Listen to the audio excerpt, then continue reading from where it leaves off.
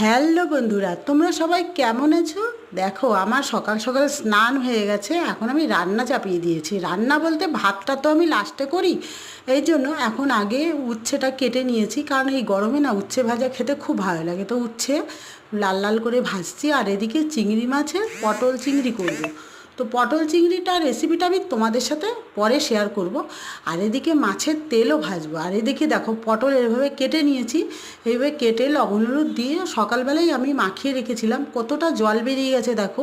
সবসময় না সবজি কেটে ধুয়ে যদি একটু লবণ মাখিয়ে রাখা যায় না, খুব ভালো হয়। আমি তো আলু পটল সব কিছু মানে কেটে ধুয়ে তারপরে আমি লবণ হলুদ মাখিয়ে রেখে দিই। তো দেখো, আমার উচ্ছে ভাজা হয়েও গেছে। আমি একটু মানে উচ্ছেটা লাল লাল করেই ভেজেছি, কারণ লাল লাল করে উচ্ছে ভাজায় না আমার মেয়ে খেতে খুব ভালোবাসে। তো আমি এভাবে উচ্ছে ভেজেছি। আর এদিকে মাছের তেলটা ভাজা চলছে। দেখা হবে নেক্সট ভিডিও।